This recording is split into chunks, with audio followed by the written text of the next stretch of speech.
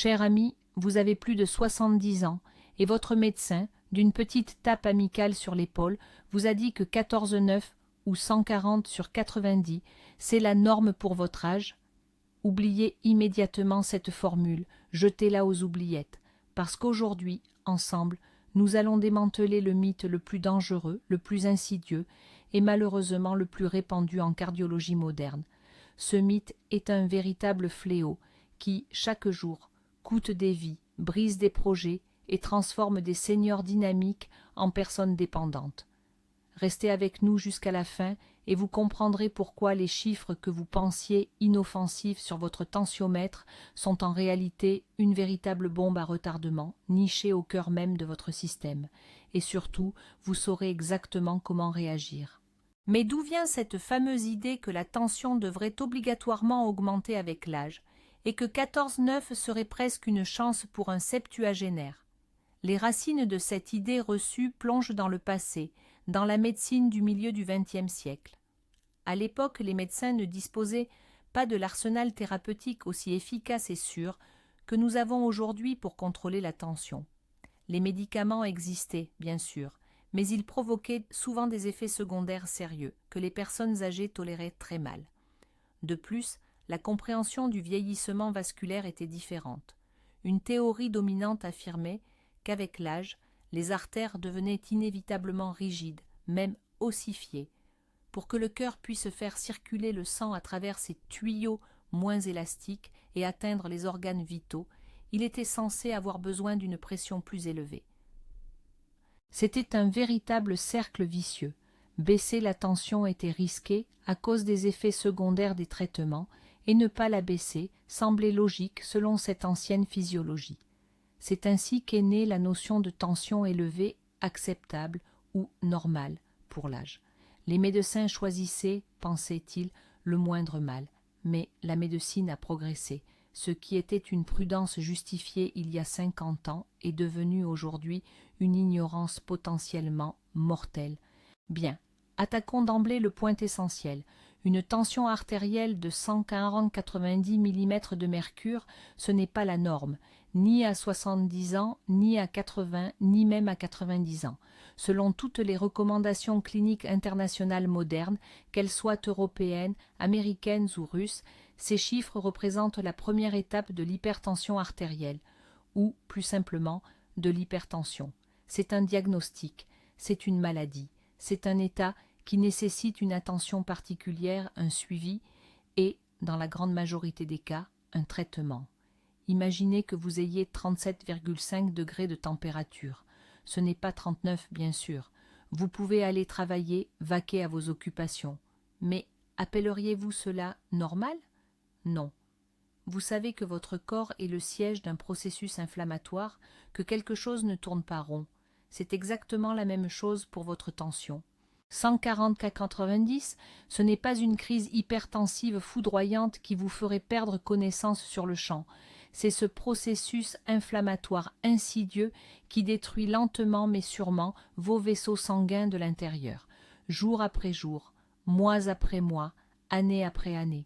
Le danger de cet état réside justement dans son apparente innocuité. La personne peut ne pas sentir cette pression. Elle n'a pas mal à la tête, ne ressent pas de vertige, n'a pas de mouche devant les yeux. Elle vit sa vie, persuadée que tout va bien, car, à mon âge, tout le monde est comme ça. Et c'est là que se cache le piège principal. Tant que l'on persiste dans cette dangereuse illusion, la maladie fait son œuvre de sape. C'est comme des termites qui rongent silencieusement les poutres maîtresses de votre maison. De l'extérieur, tout semble solide et fiable, jusqu'au jour terrible où le toit vous tombe sur la tête.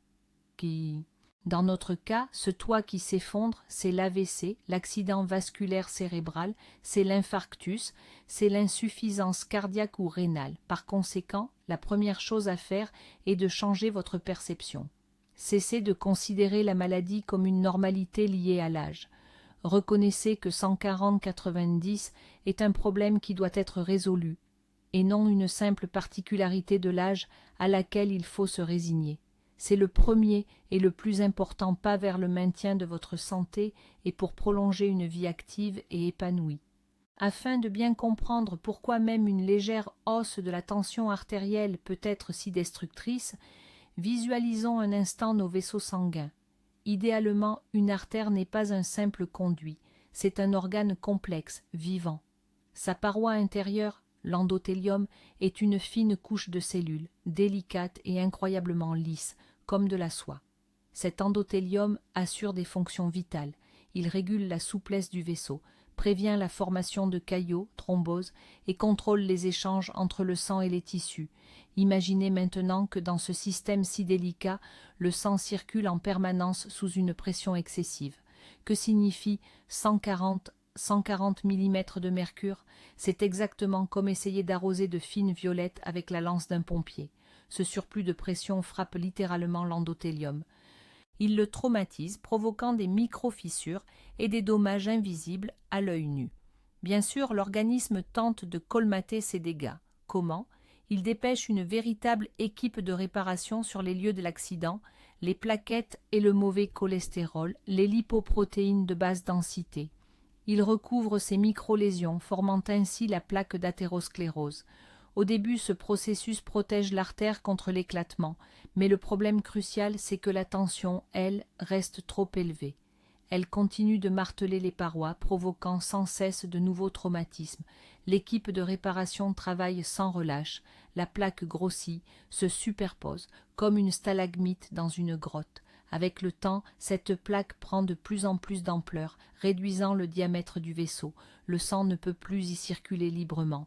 Quant à la paroi de l'artère, là où se déroule cette construction inflammatoire permanente, elle perd toute son élasticité. Elle devient rigide, dure, cassante. Au lieu d'un tuyau souple et élastique, nous obtenons un vieux tube en plastique craquelé, prêt à céder à tout moment. Et ce processus se déroule simultanément dans des milliers de vaisseaux à travers tout votre corps, dans le cœur, le cerveau, les reins, les yeux. Voilà ce qui se passe réellement chez une personne qui vit avec une tension jugée normale pour l'âge, soit 140 sur 90, 14,9. C'est l'autodestruction lente mais implacable de l'intégralité de votre système vasculaire. Abordons maintenant la question du cœur.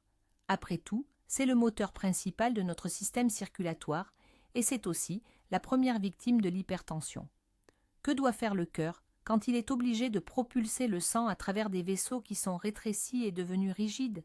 Il doit fournir un effort colossal, une tension extrême. Imaginez que vous essayez d'expulser une pâte dentifrice très épaisse par le tout petit trou du tube. Vous seriez obligé d'appuyer de toutes vos forces. C'est exactement ce qui arrive à votre cœur. Pour surmonter cette forte résistance vasculaire, le muscle cardiaque, que l'on appelle le myocarde, est contraint de se contracter beaucoup plus intensément que la normale. Le cœur est un muscle. Et que se passe-t-il lorsque vous soumettez n'importe quel muscle à une surcharge constante? C'est comme si vous souleviez chaque jour des haltères beaucoup trop lourds. Le muscle va grossir, augmenter de volume. C'est ce que nous appelons l'hypertrophie. À première vue, on pourrait penser que c'est un bon signe, le cœur devient plus puissant. Mais c'est une dangereuse illusion. L'hypertrophie du myocarde du ventricule gauche, car c'est cette partie qui souffre en premier, est un processus pathologique. Le muscle grossit, mais son irrigation sanguine ne parvient pas à suivre cette croissance. Les artères coronaires, celles qui nourrissent le cœur lui-même, ne peuvent plus fournir suffisamment de sang et d'oxygène à cette masse musculaire devenue trop importante. Résultat, les cellules du myocarde commencent à manquer cruellement d'oxygène. C'est ce qu'on appelle l'ischémie. De plus, ce muscle hypertrophié devient plus rigide et perd sa capacité à se relâcher correctement.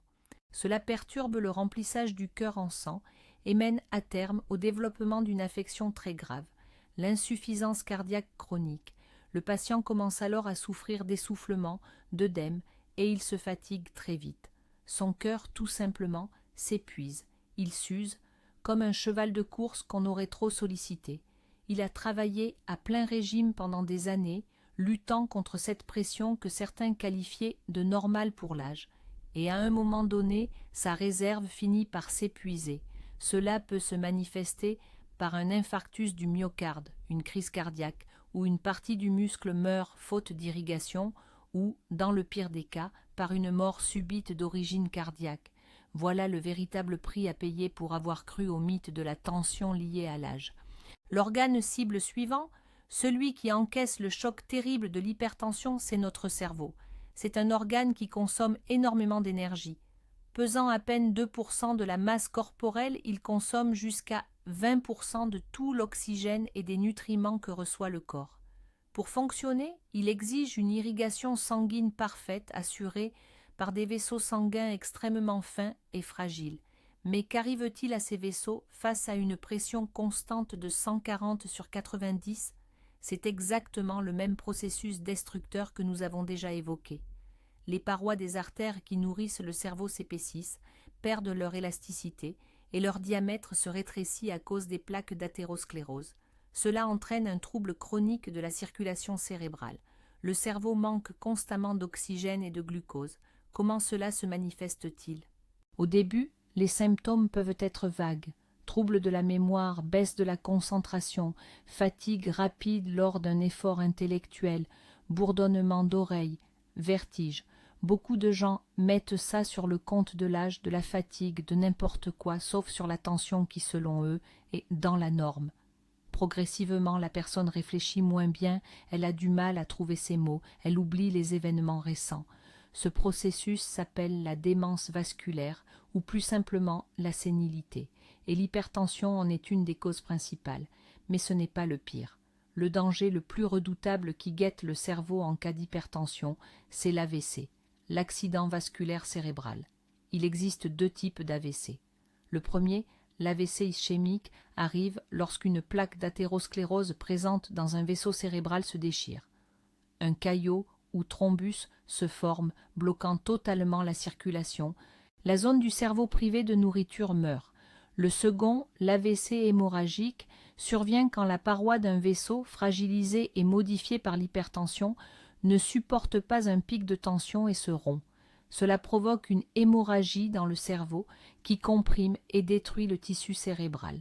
Dans les 2 cas, c'est une catastrophe qui, du jour au lendemain, peut vous transformer en une personne lourdement handicapée, clouée au lit ou même vous ôter la vie. Et le risque de cette catastrophe augmente considérablement lorsque vous vivez avec une tension de 140 sur 90 et que vous la considérez comme normale. L'hypertension porte un coup tout aussi sérieux à nos reins. Pensez-y, les reins sont le filtre unique et essentiel de notre organisme. Chaque minute, une quantité incroyable de sang les traverse. Ils le nettoient des toxines et des déchets métaboliques. Tout ce travail extrêmement délicat se déroule dans des millions de glomérules microscopiques.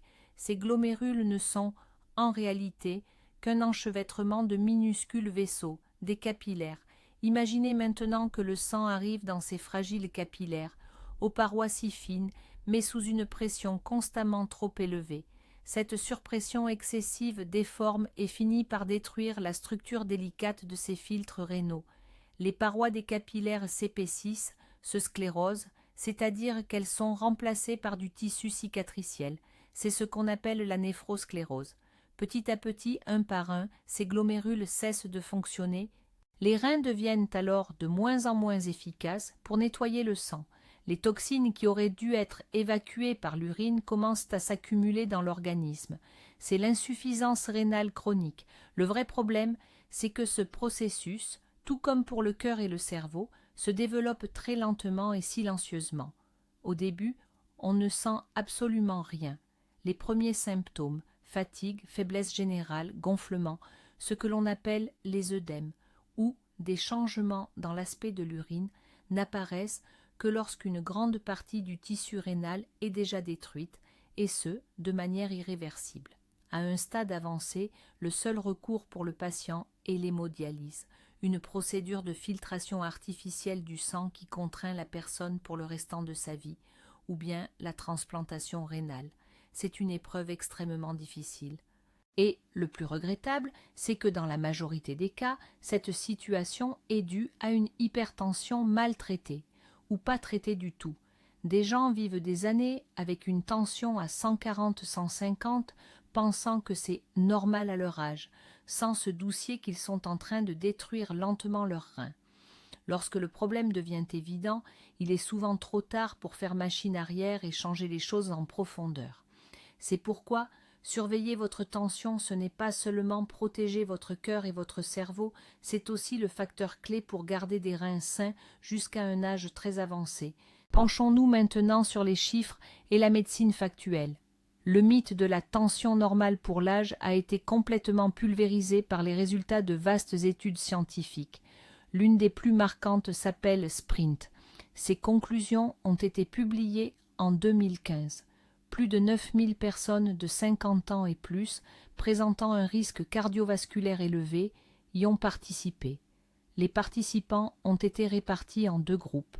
Dans le premier, les médecins visaient à ramener la pression systolique, c'est-à-dire le chiffre du haut, à 140 mm de mercure. C'était l'ancien seuil standard. Dans le second groupe, l'objectif était bien plus ambitieux, descendre la tension en dessous de 120. Autrement dit, un traitement intensif était administré. Cette étude devait durer environ 5 ans, mais elle a dû être interrompue prématurément, au bout de 3 ans seulement. La raison, les résultats étaient tellement spectaculaires et sans appel qu'il est devenu tout simplement contraire à l'éthique de laisser le premier groupe sans bénéficier du traitement le plus efficace. Il s'est avéré que dans le groupe qui bénéficiait d'un contrôle intensif avec des chiffres maintenus autour de 120, le nombre d'infarctus, d'accidents vasculaires cérébraux, de cas d'insuffisance cardiaque et de décès d'origine cardiovasculaire était inférieur de 25% par rapport au groupe standard, et la mortalité toutes causes confondues a chuté de 27%. Réfléchissons un instant à ces chiffres. Un quart des événements tragiques a été évité, simplement en contrôlant plus strictement la tension artérielle. Cette étude a fait l'effet d'une bombe dans la communauté médicale et a entraîné la révision de toutes les recommandations cliniques existantes. Elle a prouvé de manière irréfutable que plus la tension est basse, mieux c'est, bien sûr, dans les limites du raisonnable. Mais se fixer 140 comme objectif est une approche désormais obsolète et dangereuse, et cela concerne particulièrement les seniors. Un nombre important de participants à l'étude SPRINT avait plus de 75 ans. L'avantage d'une baisse de tension intensive dans cette tranche d'âge s'est révélé tout aussi convaincant. Alors, quelles sont exactement les nouvelles cibles pour la tension artérielle aujourd'hui? Quels chiffres devraient viser une personne de 70 ans et plus? D'après les dernières recommandations de la Société européenne de cardiologie datant de 2018, des lignes directrices que les experts du monde entier partagent, la méthode est la suivante.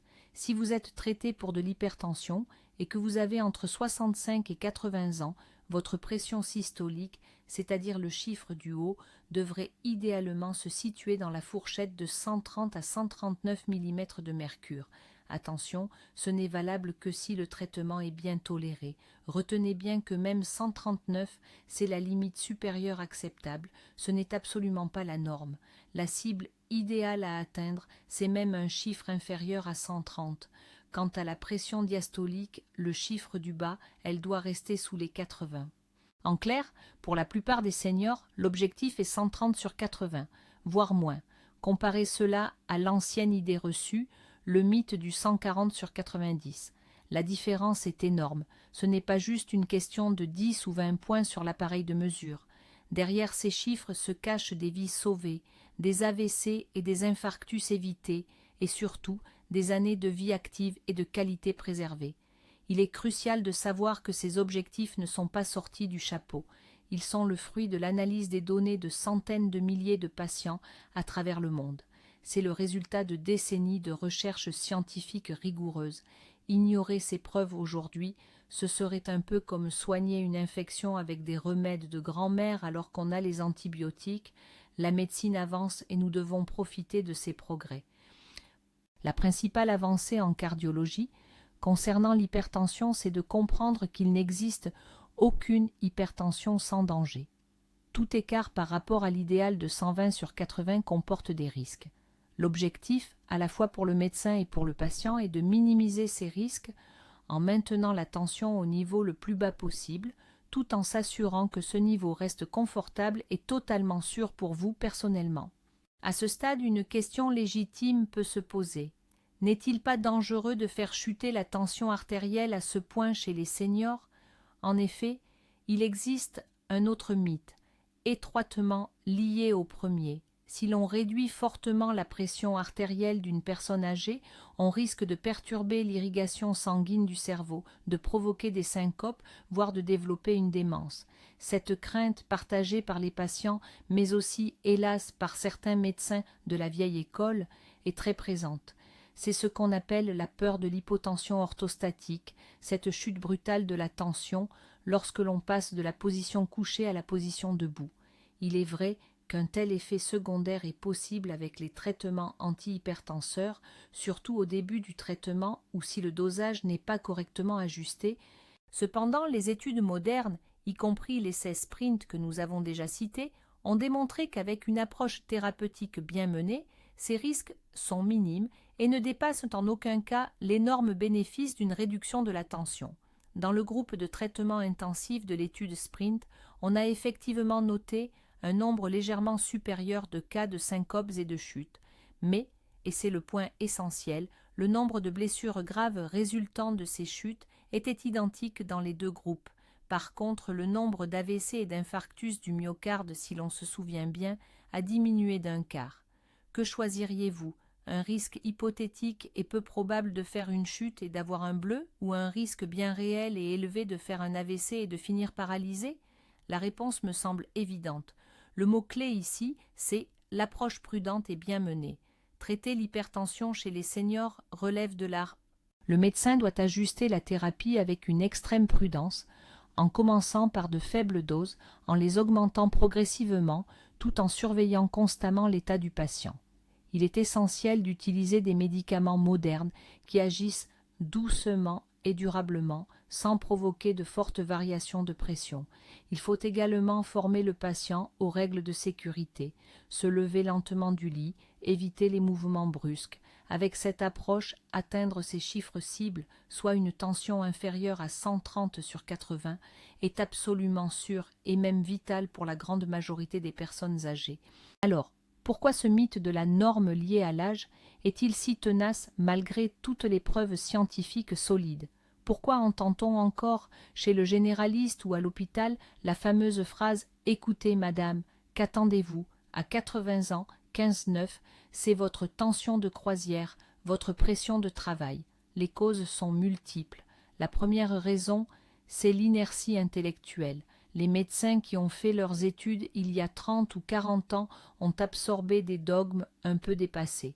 Il est parfois difficile pour eux de se remettre en question. Ils ont pris l'habitude de travailler à l'ancienne et pensent que c'est la manière la plus sûre. La deuxième raison, c'est le manque de temps. 15 ou 20 minutes maximum pour une consultation. Le médecin doit faire l'historique, examiner, remplir les papiers pour la sécurité sociale, rédiger l'ordonnance. Il n'a pas le temps matériel d'expliquer en détail à une personne âgée pourquoi il faut baisser la tension, comment prendre les médicaments et à quoi faire attention. C'est beaucoup plus simple de servir la phrase standard sur la norme liée à l'âge et de passer au patient suivant. Ce n'est pas de la mauvaise volonté, c'est malheureusement une machine infernale. La troisième raison concerne les spécificités des patients âgés eux-mêmes. Beaucoup d'entre eux se méfient des médicaments, ils craignent la chimie et préfèrent les remèdes de grand-mère. Ils respectent mal les prescriptions, arrêtent d'eux-mêmes le traitement dès qu'ils se sentent un peu mieux. En voyant ce comportement, le médecin finit par baisser les bras et se dit qu'il vaut mieux laisser le patient avec une tension un peu élevée, mettons 14,9, plutôt que de ne pas prendre de médicaments du tout. Enfin, la quatrième raison, et elle est capitale, c'est le manque criant d'informations claires et accessibles au public. Les gens puisent leurs connaissances sur la santé dans des émissions de télévision douteuses, sur Internet ou auprès des voisins. Dans ce bruit médiatique, il est très facile de se perdre et d'adhérer à un mythe confortable et rassurant. N'est-il pas plus agréable de penser que votre tension est normale pour votre âge, plutôt que d'admettre que vous avez une maladie chronique sérieuse nécessitant un traitement à vie? C'est l'ensemble de tous ces facteurs qui créent le terreau idéal où prospère cette dangereuse illusion de la norme tensionnelle liée à l'âge. Abordons maintenant un concept qu'on entend souvent pour justifier une pression artérielle élevée, celui de la pression de croisière. De quoi s'agit-il exactement? En général, les gens utilisent ce terme pour désigner le niveau de tension auquel ils se sentent subjectivement le mieux. Par exemple, quelqu'un pourrait dire « Ma pression idéale, c'est 15/9. Si elle est plus basse, je me sens faible, j'ai des vertiges. Mais à 150, je suis en pleine forme. » C'est là l'un des pièges les plus sournois de l'hypertension. Il faut savoir que notre organisme possède une formidable capacité d'adaptation. Si une personne vit avec une tension artérielle trop élevée pendant des années, ses vaisseaux, et en particulier ceux du cerveau, s'habituent à cette pression sanguine élevée. Le système d'autorégulation du flux sanguin cérébral se réajuste alors à ce nouveau niveau, qui est malheureusement pathologique. Et lorsque nous commençons à réduire cette tension à l'aide de médicaments pour atteindre des valeurs normales, ce système se dérègle temporairement. Le cerveau a l'impression d'être sous-alimenté en sang. Il nous envoie alors des signaux qui ressemblent à de l'hypotension, faiblesse, vertige ou forte envie de dormir. La personne en tire une conclusion erronée. La tension normale n'est pas faite pour moi, elle me rend malade. Elle arrête son traitement et revient à sa haute tension qu'elle juge confortable. Mais que signifie confortable? C'est peut-être un confort pour la sensation immédiate, mais certainement pas pour vos vaisseaux sanguins. Pendant que cette personne se sent bien, avec une pression à 15 ou 150, ses artères, son cœur, son cerveau et ses reins continuent de se dégrader, souvent à un rythme accéléré. C'est comparable au fait de s'asseoir dans une pièce où la concentration en monoxyde de carbone augmente très lentement.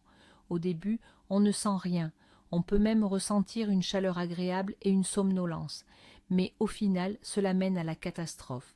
C'est pourquoi le concept de pression de croisière, si celle-ci est supérieure à la norme, n'existe pas en médecine moderne.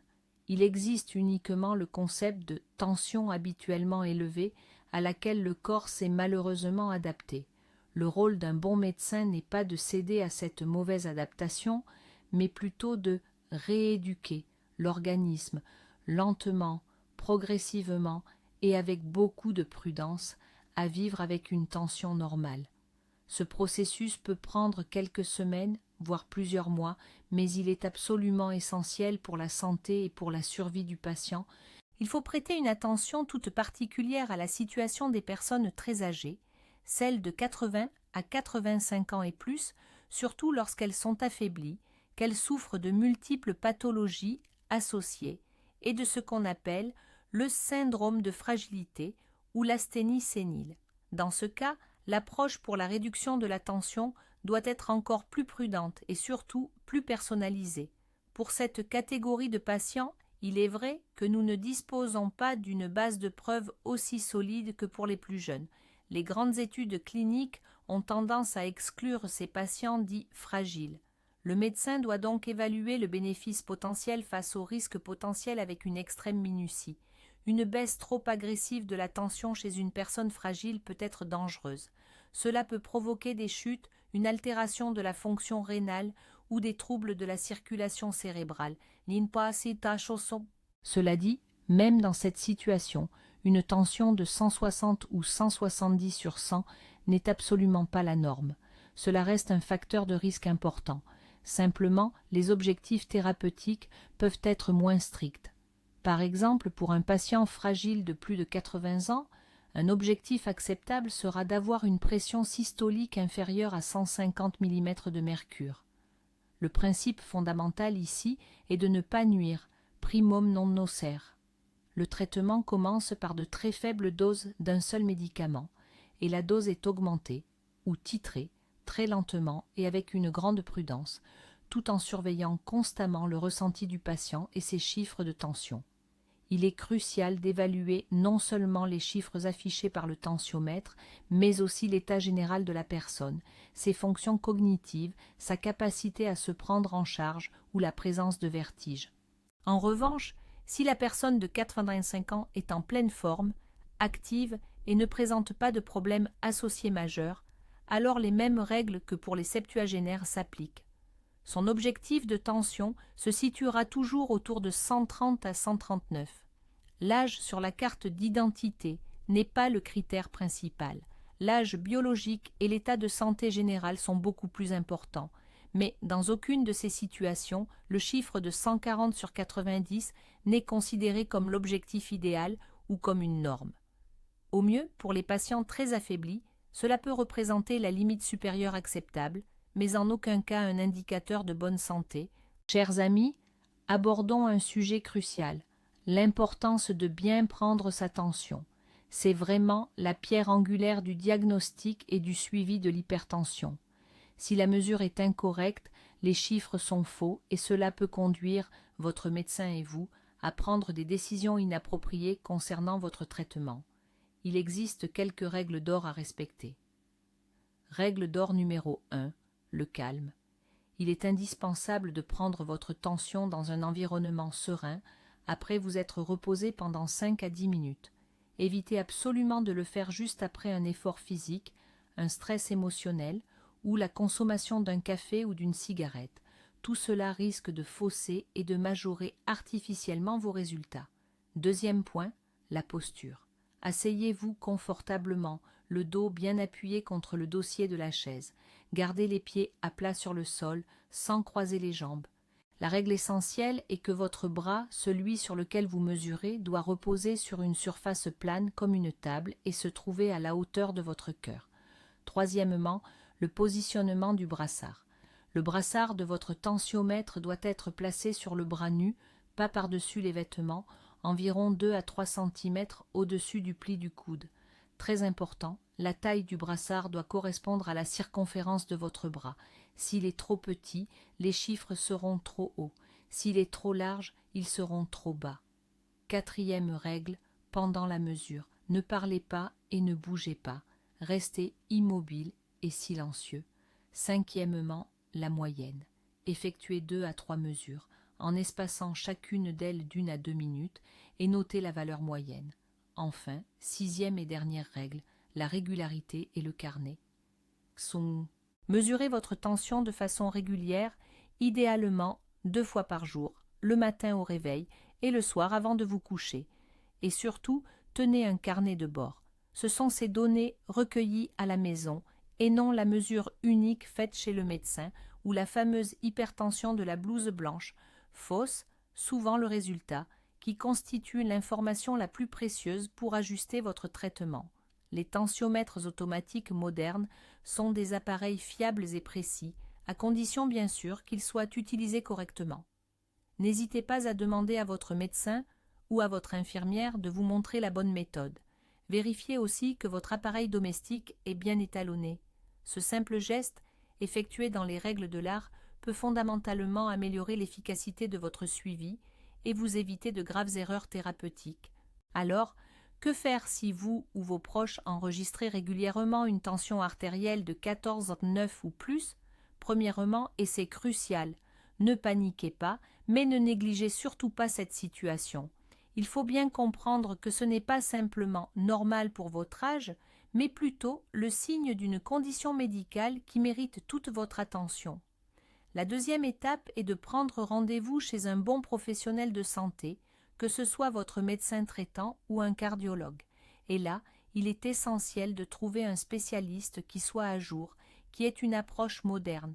Si, face à vos plaintes et aux chiffres de votre carnet de tension, le médecin balaye vos inquiétudes d'un revers de la main, vous disant que c'est la norme pour votre âge, il est temps d'envisager de changer de praticien. Vous avez le droit à des soins de qualité fondés sur les données scientifiques les plus récentes. Préparez-vous bien avant cette consultation. Pensez absolument à apporter votre carnet de tension avec les mesures prises sur au moins 1 ou 2 semaines. Notez également tous les médicaments que vous prenez régulièrement, y compris les vitamines et les compléments alimentaires. Préparez aussi vos questions pour le docteur. N'hésitez surtout pas à demander pourquoi tel ou tel traitement vous est prescrit, quels sont les effets secondaires potentiels et quel objectif de tension artérielle vous devez atteindre.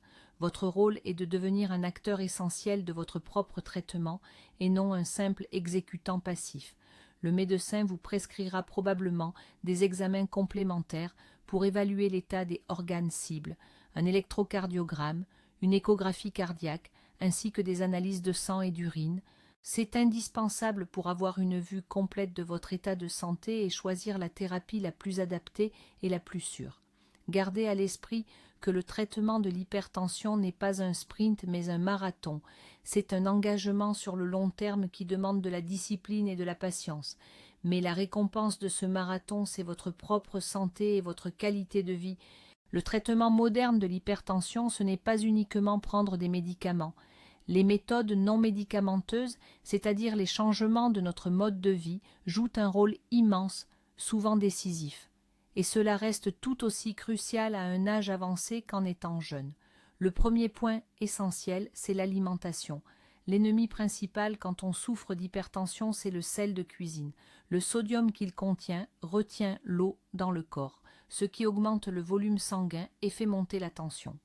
La dose maximale recommandée pour un hypertendu est de 5 grammes par jour, soit environ une cuillère à café. Attention, cela inclut non seulement le sel que vous ajoutez à vos plats, mais aussi le sel dit caché, présent dans les produits préparés, le pain, les fromages, la charcuterie, les conserves, les sauces. Il est donc capital de lire les étiquettes et, dans la mesure du possible, de cuisiner vous-même, en remplaçant le sel par des herbes et des épices. Deuxièmement, le contrôle du poids. Chaque kilo superflu représente un fardeau supplémentaire pour votre cœur et vos vaisseaux. Perdre ne serait-ce que 5 à 10% de votre poids initial peut entraîner une réduction très significative de la tension artérielle. Troisièmement, une activité physique adéquate. Il ne s'agit pas de courir le marathon ou de battre des records à la salle de sport. Pour une personne âgée, les exercices aérobiques réguliers et d'intensité modérée sont parfaits. Marche rapide, marche nordique, natation ou gymnastique douce. 30 à 40 minutes par jour, 5 fois par semaine, suffisent. Cela muscle le cœur, améliore l'élasticité de vos vaisseaux et aide à maintenir un poids stable. Quatrièmement, l'arrêt total du tabac et la modération de la consommation d'alcool.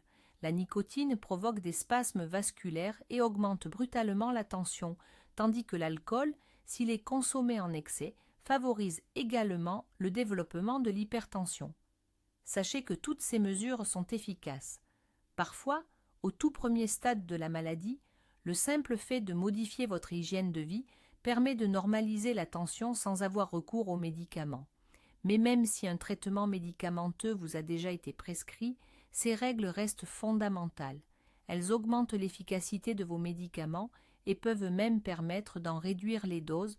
Parlons maintenant des médicaments. Chez les personnes d'un certain âge, il y a souvent cette peur panique de la chimie ou de devenir dépendant des pilules. C'est un mythe particulièrement nocif et dangereux. Pourtant, les traitements modernes contre l'hypertension sont le fruit de longues années de recherche. Ils sont très efficaces et, s'ils sont bien ajustés par votre médecin, ils sont totalement sûrs. Non seulement ils n'abîment ni le foie ni les reins, mais au contraire, ils les protègent des effets destructeurs de la haute pression. Il est crucial de comprendre que ces médicaments doivent être pris à vie. L'hypertension est une maladie chronique, on ne peut pas la guérir avec une seule cure de comprimés comme on le ferait pour un simple rhume. Les traitements ne s'attaquent pas à la cause profonde de la maladie, ils en contrôlent la manifestation. La tension artérielle élevée, dès que vous arrêtez le traitement, la pression remonte à ses anciens niveaux et tout le processus de détérioration se remet en marche. C'est exactement comme les lunettes pour quelqu'un qui a une mauvaise vue. Vous n'espérez pas qu'en les portant pendant un mois, votre vision sera rétablie, n'est-ce pas? Vous les portez en permanence pour pouvoir bien voir. C'est la même chose pour vos comprimés contre l'hypertension. Vous les prenez tous les jours pour maintenir votre tension stable et protéger vos vaisseaux. Il est fondamental de suivre scrupuleusement les consignes de votre médecin. Prendre les médicaments à la même heure chaque jour sans jamais sauter de prise. Ne modifiez surtout pas la dose et n'arrêtez pas le traitement de vous-même, même si vous vous sentez parfaitement bien et que votre tensiomètre affiche des chiffres normaux. Ces chiffres normaux ne sont pas une raison d'arrêter, au contraire. C'est la preuve que votre traitement est efficace. Aujourd'hui, nous disposons de 5 grandes familles de traitements contre l'hypertension. Votre médecin peut les combiner pour trouver le protocole idéal pour pratiquement tous les patients. Si jamais un médicament vous cause des effets secondaires, surtout ne les supportez pas en silence et ne l'arrêtez pas de votre propre chef. Parlez-en à votre médecin, il vous trouvera une alternative. La pharmacologie moderne a fait des progrès immenses. Il est tout à fait possible et nécessaire de trouver votre traitement idéal. Revenons un instant à ces chiffres. Que signifient 140 et 90 exactement? La pression systolique, qu'on appelle aussi la maxi, 140, c'est la force avec laquelle votre cœur expulse le sang dans les artères au moment où il se contracte. La pression diastolique, la mini, 490, c'est la pression qui reste dans les vaisseaux lorsque le cœur est au repos, entre 2 battements. Pendant longtemps, on a cru que chez les personnes d'un certain âge, seul le chiffre du haut, la systolique, était vraiment dangereux s'il augmentait, et qu'on pouvait s'inquiéter un peu moins du chiffre du bas. Or, les données les plus récentes montrent que ces 2 indicateurs ont une valeur prédictive bien distincte. Dès que l'un ou l'autre dépasse les valeurs normales, le risque d'accident cardiovasculaire majeur augmente. Un état est particulièrement sournois, le hypertension systolique isolée, c'est quand la pression maxi est très élevée, par exemple 160, alors que la pression mini reste parfaitement normale, disons 80. Cette situation est très fréquente chez les seniors. Elle est directement liée au durcissement ou à la rigidité de nos grandes artères et notamment de l'aorte. Avant, on fermait souvent les yeux dessus, considérant cela comme un signe inévitable du vieillissement. Mais nous savons aujourd'hui que l'hypertension systolique isolée est un facteur de risque très menaçant d'AVC et d'infarctus. Elle nécessite un traitement aussi actif qu'une hypertension classique. C'est pourquoi, lorsque vous regardez votre tensiomètre, les 2 chiffres sont importants. Si l'un ou l'autre dépasse les objectifs fixés, idéalement 130 sur 80, c'est un signal d'alarme et un motif de consultation. Ne vous rassurez pas en vous disant « au moins la pression du bas est bonne ». Ce raisonnement ne tient pas la route. C'est une bombe à retardement qui continue de tic-taquer, même si une seule de ses aiguilles est bloquée. Votre système vasculaire est un tout, il subit les assauts de toutes parts, pendant que le cœur se contracte, mais aussi pendant qu'il se relâche. Sous-estimer la dangerosité d'un seul de ces indicateurs est une erreur fatale, et cela pourrait vous coûter très cher. Abordons l'aspect psychologique du problème. Pourquoi ce mythe de la tension normale pour l'âge est-il si séduisant et facile à accepter? Simplement parce qu'il nous permet de nous décharger de toute responsabilité. Il nous donne l'illusion de maîtriser une situation qui en réalité nous échappe. Accepter l'idée que l'on souffre d'une maladie chronique potentiellement dangereuse qui exige un contrôle à vie et de modifier ses habitudes, c'est très difficile. Cela demande du courage, de la discipline et un effort constant. Il est tellement plus simple de croire que tout cela n'est qu'un processus naturel de vieillissement sur lequel on n'a aucune prise. On ne va pas échapper à son destin. Je vivrai le temps que j'ai à vivre. Ce fatalisme est très répandu, surtout chez les plus âgés. Ces phrases sont une protection psychologique contre une vérité angoissante. Mais cette protection coûte très cher. Elle paralyse toute volonté d'agir. On arrête de prendre sa tension parce que ça ne sert à rien de s'inquiéter. On cesse de prendre ses médicaments parce que de toute façon ça ne marchera pas. On continue à manger comme on l'a toujours fait et à avoir une vie sédentaire sous prétexte qu'à mon âge, il est trop tard pour changer. C'est un chemin qui mène droit au mur. Le chemin vers l'accident vasculaire cérébral, l'infarctus et une vieillesse dépendante. C'est pourquoi lutter contre l'hypertension, c'est d'abord lutter contre ses propres peurs, ses préjugés et sa paresse. C'est un véritable changement de mentalité. C'est accepter de prendre l'entière responsabilité de sa santé. Vous devez devenir le pilote principal de votre propre santé. Le médecin est votre consultant, votre conseiller, mais c'est vous qui devez faire le travail essentiel. Le contrôle quotidien de la tension, la prise régulière de médicaments, une bonne hygiène alimentaire, l'activité physique, tout cela dépend de vous. Et quand vous verrez dans votre carnet de suivi des chiffres stables comme 125 sur 75, vous ne ressentirez pas de la faiblesse, mais une fierté immense et une grande confiance en l'avenir. Vous comprendrez alors que c'est vous qui gérez la maladie et non l'inverse. Imaginez 2 scénarios pour l'avenir d'une personne de 70 ans dont la tension artérielle est de 14/9. Premier scénario, la norme pour l'âge. Cette personne croit au mythe de la vieillesse sans effort.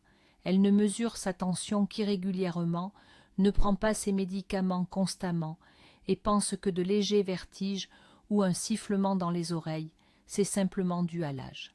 Elle continue de vivre comme elle en a l'habitude. Que va-t-il se passer? Pendant 1 an, 2 ans, peut-être 5 ans, ses vaisseaux sanguins vont se détériorer lentement, mais sûrement. Au début, elle remarquera qu'elle s'épuise plus vite. L'essoufflement apparaît en montant au 3e étage. Puis, sa mémoire se dégrade. Il devient plus difficile de se concentrer. Puis, un beau, ou plutôt un mauvais, matin, suite à un stress ou un effort physique, la tension bondit à 20. C'est l'urgence, l'hôpital le diagnostic, crise d'hypertension. On va la soigner, gérer l'urgence, puis la renvoyer chez elle. Mais le problème de fond n'est pas résolu. Et quelque temps après, peut-être au milieu de la nuit ou au petit matin, la catastrophe arrive. C'est l'accident vasculaire cérébral ischémique, l'AVC. Paralysie de la partie droite du corps, trouble de la parole. Le reste de sa vie sera une lutte pour chaque gorgée, chaque mouvement. C'est la dépendance totale vis-à-vis des proches, la vie active s'arrête là. Deuxième scénario, l'approche responsable. Cette personne comprend que 14/9, c'est une maladie. Elle consulte son médecin, elle fait un bilan complet, et on lui trouve le traitement adapté. Elle achète un bon tensiomètre et tient un journal de bord. Elle change ses habitudes alimentaires et elle commence à bouger davantage. Chaque jour, elle prend 1 ou 2 petites pilules. Sa tension reste stable, autour de 13,8. Qu'est-ce qui l'attend? Une vie active qui continue. Elle se promène avec ses petits-enfants, elle peut jardiner, elle voit ses amis, elle lit des livres. Son cerveau est bien irrigué, elle garde l'esprit vif et une bonne mémoire. Son cœur travaille sans surcharge, ses reins accomplissent leurs fonctions sans problème. Oui, elle a une maladie chronique, mais elle est sous contrôle total. Elle vivra encore 10, 15, 20 ans, une vie pleine et de qualité. La différence entre ces 2 avenirs tient à une chose simple, la connaissance et une unique petite action quotidienne. Cela ne vaut-il pas la peine de se débarrasser de ce mythe dangereux? Il est essentiel de souligner le rôle crucial des proches. Si vous avez des parents ou des grands-parents âgés, votre implication dans la surveillance de leur tension artérielle peut faire toute la différence. Malheureusement, nos aînés sont parfois un peu obstinés. Ils peuvent se montrer méfiants envers les médecins ou plus souvent, ils oublient simplement de prendre leurs médicaments. Votre rôle n'est pas de les réprimander ou de leur faire la morale, mais plutôt de devenir leur véritable allié. Aidez-les à comprendre l'enjeu. Regardez cette vidéo avec eux. Expliquez-leur simplement pourquoi il est si vital de surveiller leur tension. Achetez-leur un tensiomètre automatique, facile à utiliser, et montrez-leur comment s'en servir. Aidez-les à tenir un journal de tension. Pourquoi pas en faire un petit rituel quotidien ou un jeu. Veillez à ce qu'ils prennent leur traitement prescrit par le médecin en temps et en heure. Les piluliers hebdomadaires sont extrêmement pratiques pour s'assurer de cette observance. Soutenez-les dans les changements de leur mode de vie. Préparez des repas moins salés, invitez-les à des promenades ensemble, accompagnez-les chez le médecin et n'hésitez pas à poser vous-même les questions qui les préoccupent. Votre soutien et votre présence sont un facteur puissant qui aidera vos proches à suivre les recommandations et tout simplement à vivre plus longtemps. Souvent, la personne âgée se sent seule face à la maladie. Le simple fait de voir que vous vous souciez d'elle, que vous l'entourez, lui donne force et motivation. N'ignorez jamais leurs plaintes concernant leur santé. Et surtout, ne cautionnez pas le mythe de la norme liée à l'âge. Si votre mère ou votre grand-mère vous dit « le docteur a dit que 140 c'est normal à mon âge », ne soyez pas d'accord. Expliquez-leur, avec tact mais fermeté, que la médecine progresse et qu'aujourd'hui, les standards ont changé. Votre conseil, donné au bon moment et avec intelligence, pourrait bien sauver la vie de la personne qui vous est la plus chère. Abordons maintenant l'aspect financier. Il y a malheureusement beaucoup de gens, et notamment chez les retraités, qui renoncent aux soins sous prétexte que les médicaments coûtent trop cher. C'est une idée reçue qu'il faut absolument déconstruire. Premièrement, la santé n'a pas de prix. Le montant que vous devrez débourser pour soigner les séquelles d'un AVC ou d'un infarctus ou pour financer les soins d'une personne alitée est incomparablement plus élevé que le coût des médicaments que vous devez prendre quotidiennement contre l'hypertension, même sur plusieurs années. Prévenir la catastrophe revient toujours moins cher que la gérer. Deuxièmement, le marché pharmaceutique regorge aujourd'hui d'un grand nombre de médicaments génériques. Attention, ce ne sont pas des contrefaçons, ce sont des copies de qualité, des équivalents parfaits des médicaments originaux, produits une fois que le brevet est tombé dans le domaine public. Ils contiennent la même substance active, au même dosage et offrent la même efficacité, mais ils coûtent souvent plusieurs fois moins cher. Pour pratiquement chaque médicament de marque coûteux, il est possible de trouver un équivalent plus abordable, mais d'une qualité équivalente. Le secret, c'est d'en parler à votre médecin. Demandez-lui de rédiger votre ordonnance en utilisant la dénomination commune internationale, c'est-à-dire le nom de la substance active. Avec cette ordonnance, vous pourrez choisir en pharmacie l'option qui convient le mieux à votre budget. De plus, bon nombre des médicaments utilisés pour traiter les maladies cardiovasculaires sont pris en charge et leurs prix sont strictement réglementés par l'État.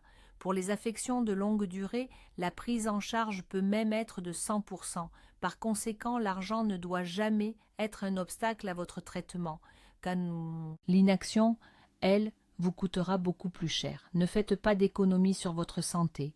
Considérez la prise quotidienne de votre comprimé contre la tension comme le meilleur investissement de votre vie, un placement qui vous rapportera des dividendes, de longues années de vie active et heureuse. Il faut aussi parler des autres organes cibles qui souffrent de l'hypertension. L'œil, par exemple. La rétine est parcourue par un réseau de vaisseaux sanguins extrêmement fins. Une pression constamment élevée les endommage, provoque des hémorragies et peut même causer un œdème du nerf optique. C'est ce qu'on appelle la rétinopathie hypertensive.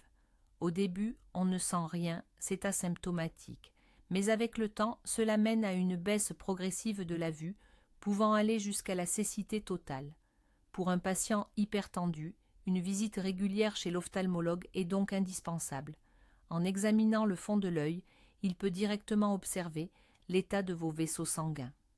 Une autre cible importante, ce sont les artères périphériques, notamment celles des jambes.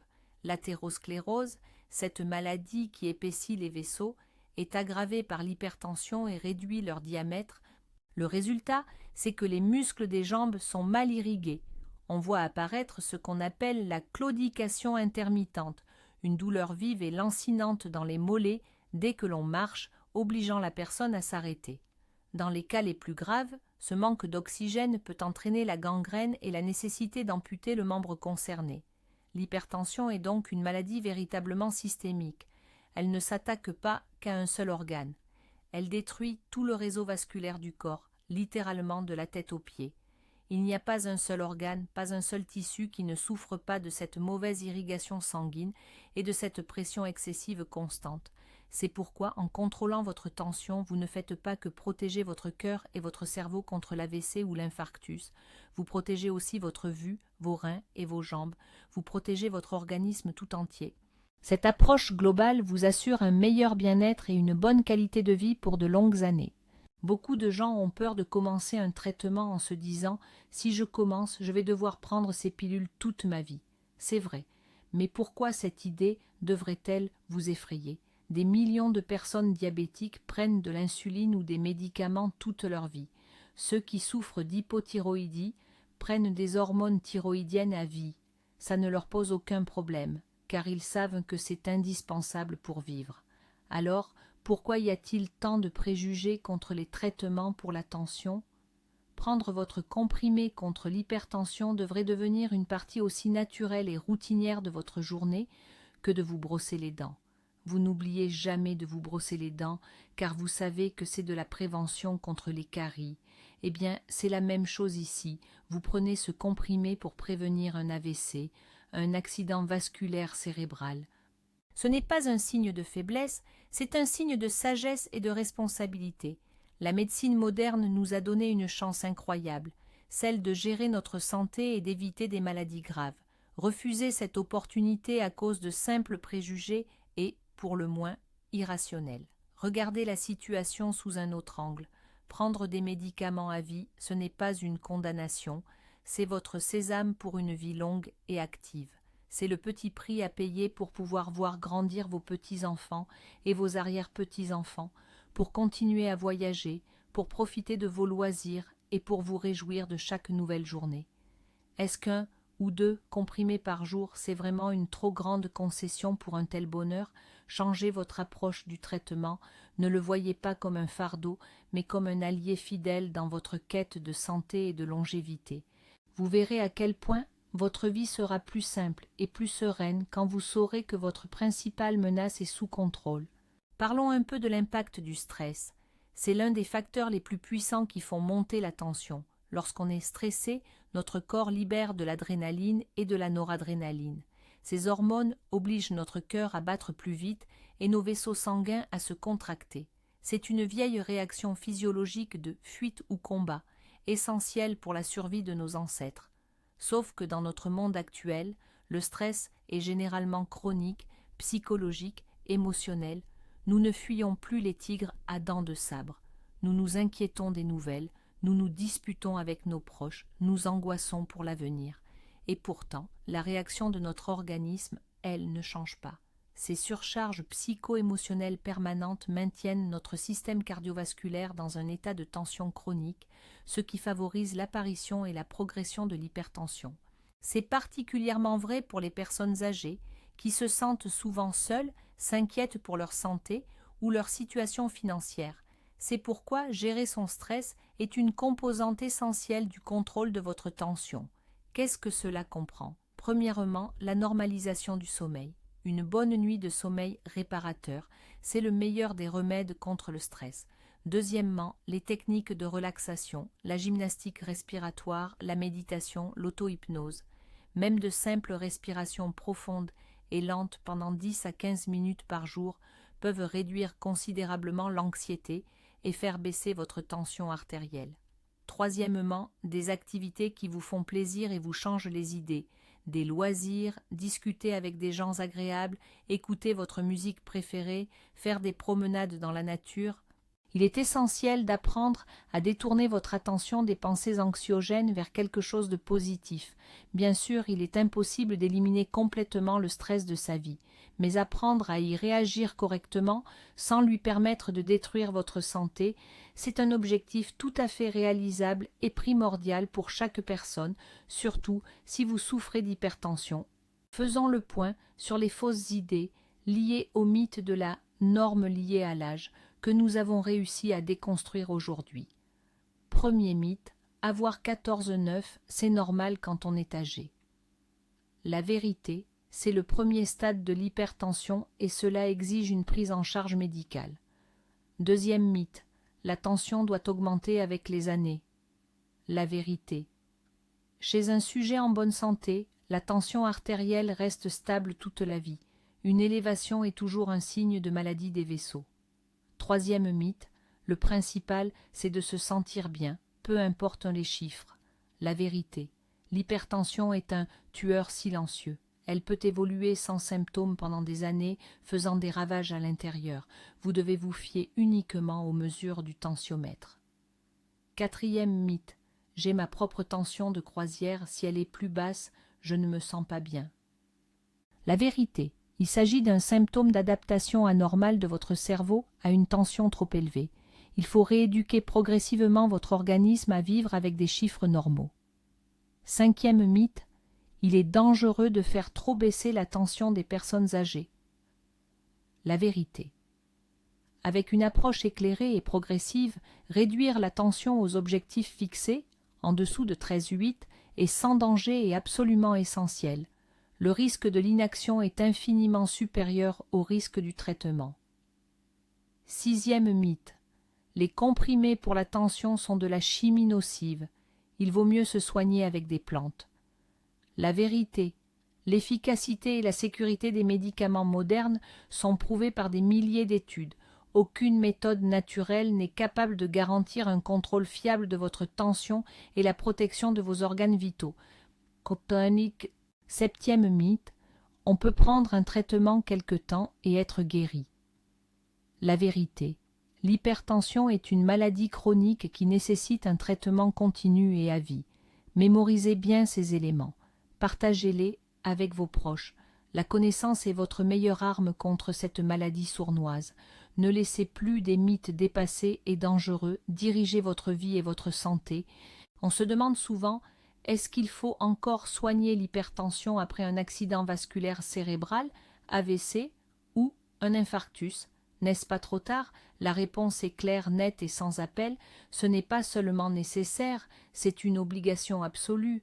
La prévention secondaire, c'est-à-dire éviter qu'un nouvel accident ne survienne, est l'une des missions les plus essentielles en cardiologie.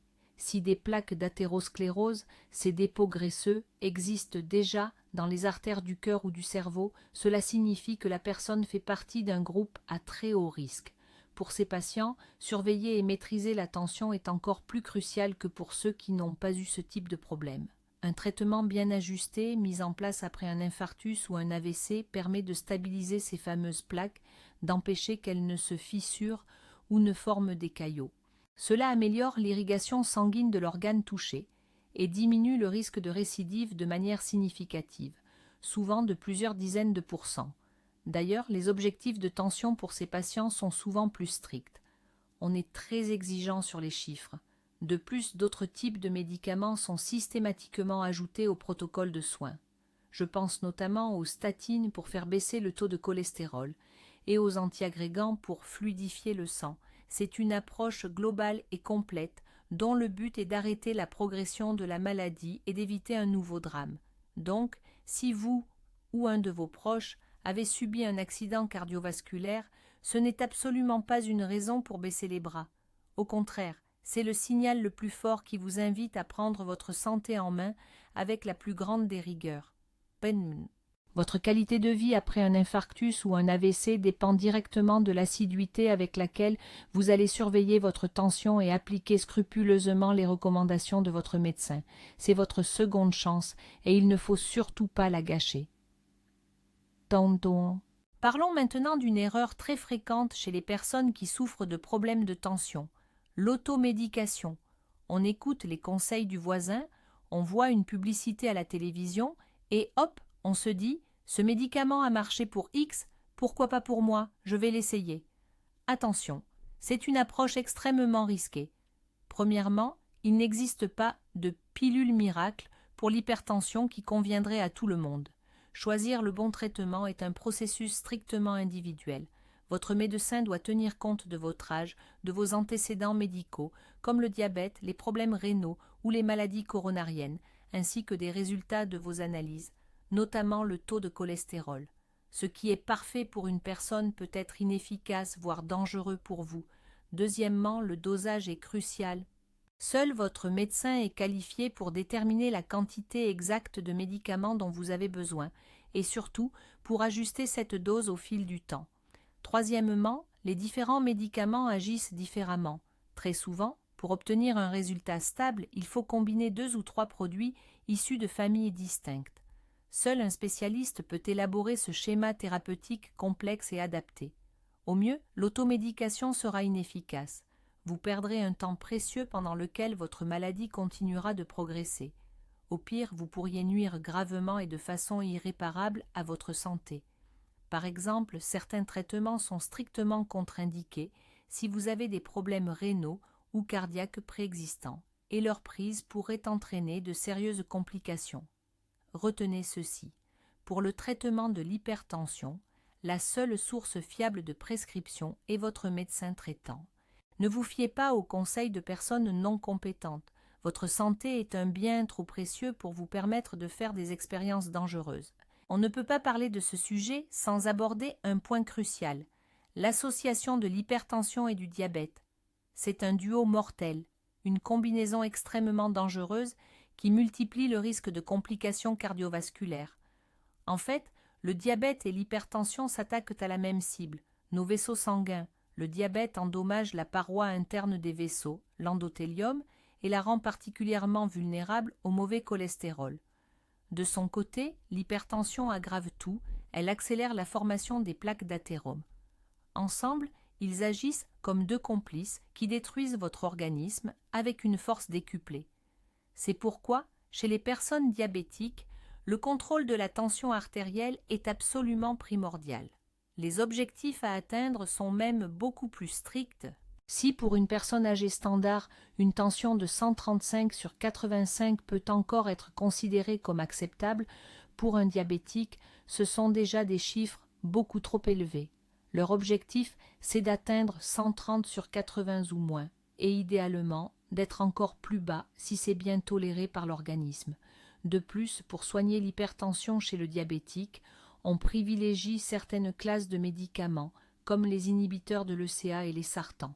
Ces traitements ne font pas que baisser la tension, ils offrent une protection supplémentaire aux reins, qui sont les organes souffrant en premier lieu du diabète. Si vous ou vos proches souffrez des deux, l'hypertension et le diabète, vous devez absolument prendre conscience que vous êtes dans un groupe à risque extrême. Pour vous, surveiller la tension, la glycémie et le cholestérol est une question de vie ou de mort. Il n'y a pas de place pour le compromis, ni pour les soi-disant normes liées à l'âge. Seul un suivi rigoureux, constant et l'application scrupuleuse de toutes les recommandations de votre médecin pourront vous éviter des conséquences fatales. Pour conclure sur ce sujet essentiel, il est crucial de le rappeler une fois de plus. Vieillir n'est pas une maladie. Certes, le temps qui passe entraîne des changements naturels dans notre corps. L'élasticité des tissus diminue et le métabolisme ralentit. Mais attention, cela ne signifie absolument pas que nous devons accepter la maladie comme une fatalité ou la considérer comme une simple norme liée à l'âge.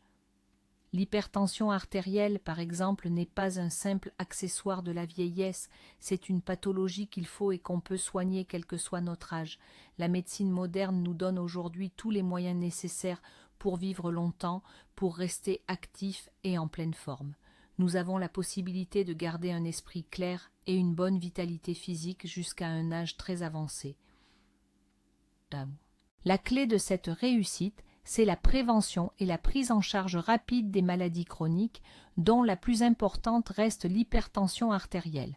En balayant ce mythe dangereux de la norme liée à l'âge, vous faites le premier pas et le plus important. Vous reprenez votre santé en main. Vous vous offrez la chance de vivre des décennies de qualité sans les lourdes conséquences de l'inaction. Ne manquez pas cette opportunité. Votre vie et votre avenir dépendent des décisions que vous prenez dès aujourd'hui. Et faites de cette décision une certitude absolue. La tension 140 sur 90, 14,9 n'est pas une tension normale. C'est un signal d'alarme qu'il est interdit d'ignorer. C'est un véritable appel à l'action. Si vous y répondez, vous gagnez. Permettez-moi de revenir un instant sur les étapes concrètes. Voici une marche à suivre très simple, spécialement conçue pour les personnes de plus de 65 ans. Première étape.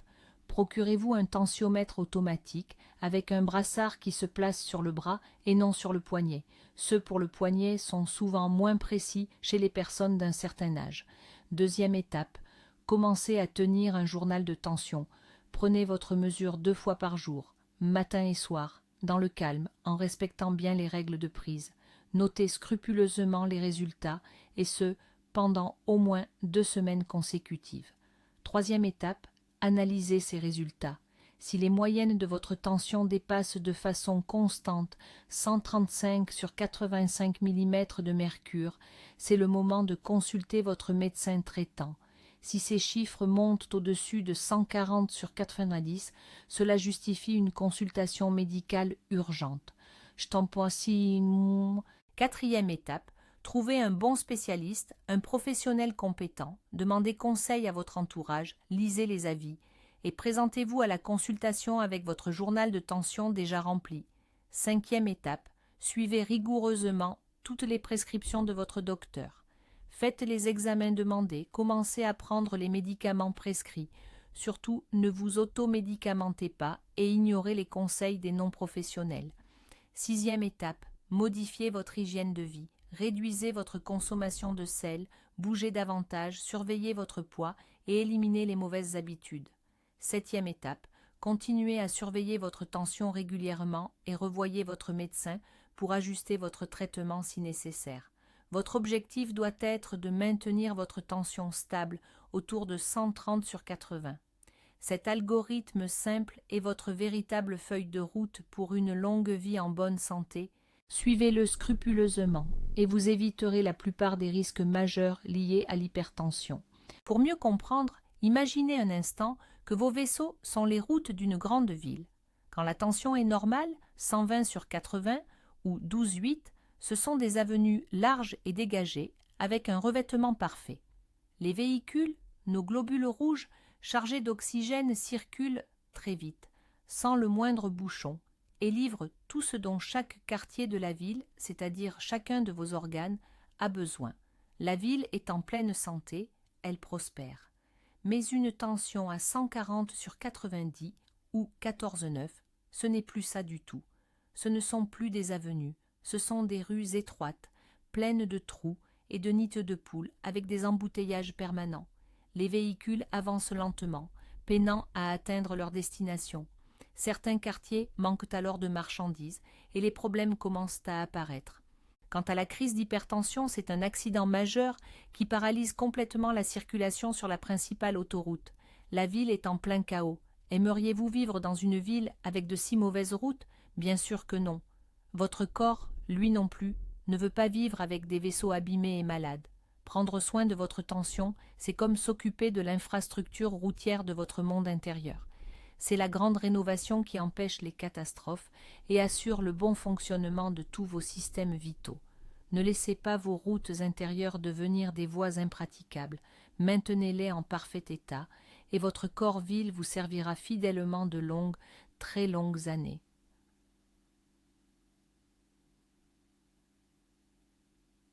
Cette image, nous l'espérons, vous aidera à mieux comprendre et à retenir pourquoi lutter contre une tension à 14/9 n'est pas un caprice de médecin, mais une nécessité absolue pour votre survie et votre bien-être. Faisons le point, si vous voulez. Aujourd'hui, nous avons balayé ensemble une idée reçue, très dangereuse et tenace dans le milieu médical. Vous savez maintenant, de façon certaine, que 140/90, que vous ayez 70, 80 ou même 90 ans, ce n'est absolument pas une norme due à l'âge. C'est une maladie bien réelle, l'hypertension artérielle. C'est un assassin silencieux mais implacable.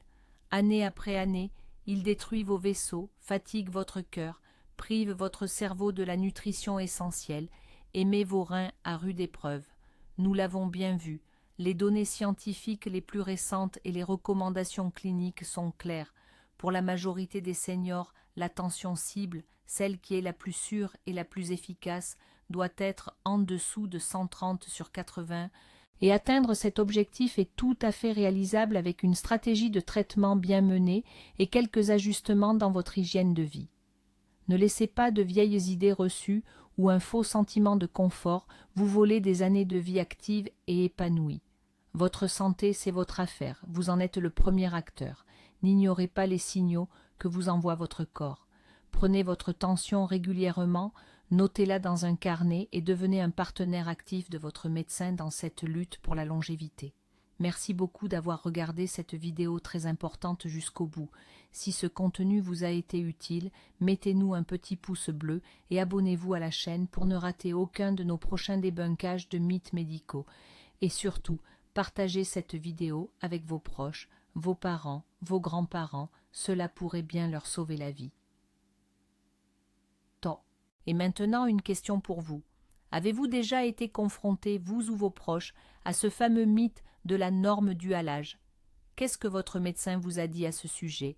Racontez-nous votre histoire dans les commentaires, nous allons en discuter ensemble. Votre expérience est souvent très précieuse pour les autres,